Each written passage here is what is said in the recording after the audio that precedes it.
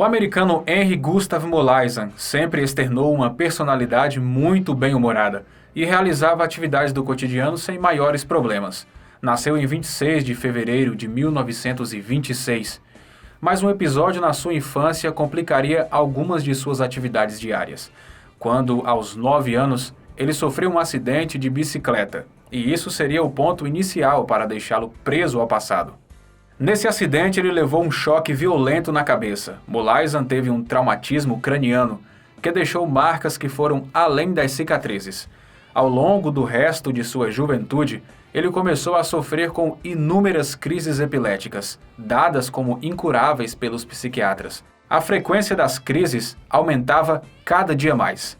A primeira solução apresentada foi quando ele completou 27 anos de idade, em 1953, ano em que ele ficaria parado no tempo. Com a proposta de uma cirurgia experimental, ele seria submetido a uma remoção de ambos os hipocampos. O método poderia anular as crises sem alterar outras funções cognitivas. Pelo menos era o planejado para a cirurgia. Mas com o resultado, os neurocientistas descobriram, através do caso de Molaison, que o hipocampo é a região do nosso cérebro responsável pelas memórias recentes. Se essa parte for danificada, a pessoa não conseguirá lembrar de nenhum episódio vivido há pouco tempo ou há poucos minutos. Ele não te faz esquecer de tudo o que passou, ele só afeta as memórias recentes, mantendo as memórias anteriores ao problema. Molaison foi submetido à cirurgia experimental e após a intervenção ele respondeu bem sobre os estímulos sensoriais e chegou a perguntar se a cirurgia já havia ocorrido e se havia sido um sucesso. As funções motoras como locomoção, reação, reflexo e equilíbrio permaneceram sem nenhuma interferência. O problema é que, rapidamente, o rapaz perguntava novamente onde estava e sobre a operação. De minuto em minuto, ele indagava a mesma coisa. Se ele estava se comportando normalmente, por que tantas perguntas sobre o mesmo assunto?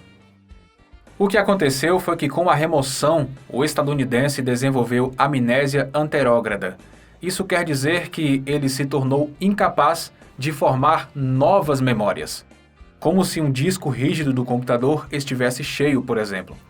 As memórias anteriores à cirurgia foram mantidas, desde episódios durante a infância até momentos antes do procedimento médico, mas não conseguia recordar os dias seguintes da sua vida.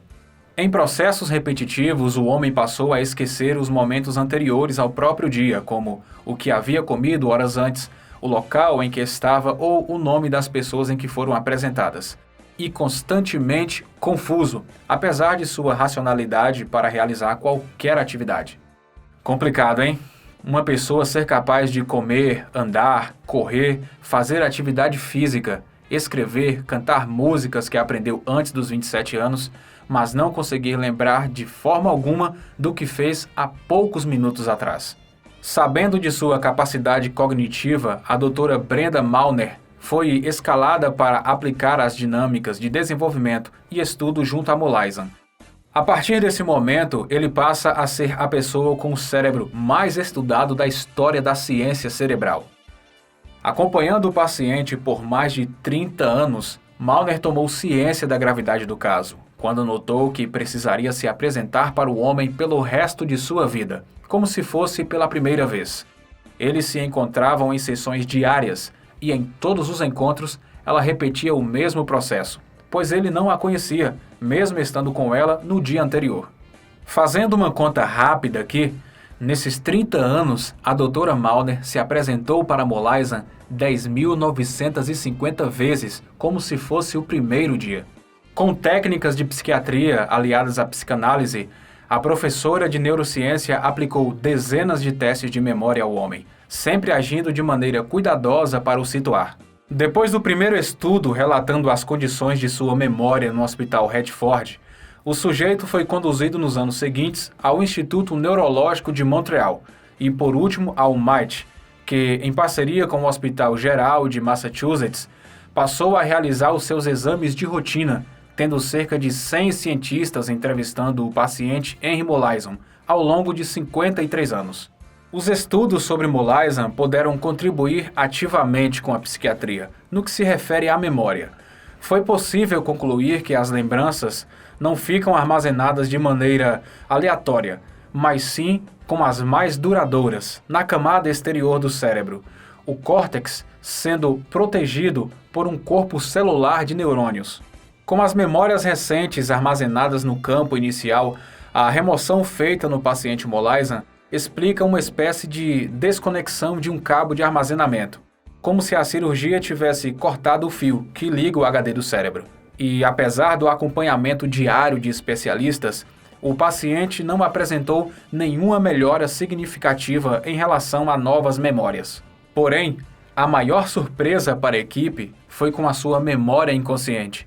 A doutora Malner apresentou uma figura ao longo dos dias, orientando o paciente a copiá-la por um desenho. Em todas as ocasiões, Molaison reafirmou que nunca havia visto a figura. Porém, ao longo dos dias, ele conseguia realizar o desenho sem a necessidade de observar a referência, guardando a figura na memória inconsciente. Para ficar mais claro, depois de algumas semanas, ele desenhava a figura sem precisar do modelo original, apenas com a mente, mas mesmo assim ele dizia que não conhecia aquele desenho. Que coisa, não? Em 2002, o paciente aceitou um termo que permitiu a doação do seu cérebro ao MIT, após o seu falecimento. Em 2008, ele morreu aos 82 anos por insuficiência respiratória. Porém, o seu cérebro foi removido e cortado mecanicamente em diversas lâminas finas para análises. Repito, Henry Molaison foi o paciente que mais contribuiu com a evolução da neurociência em toda a nossa história moderna.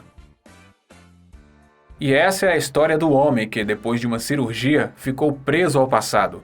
Com 82 anos de idade, as suas únicas lembranças reais eram de uma época anterior aos seus 27 anos. Ou seja, em 2008, ele vivia como se estivesse em 1953.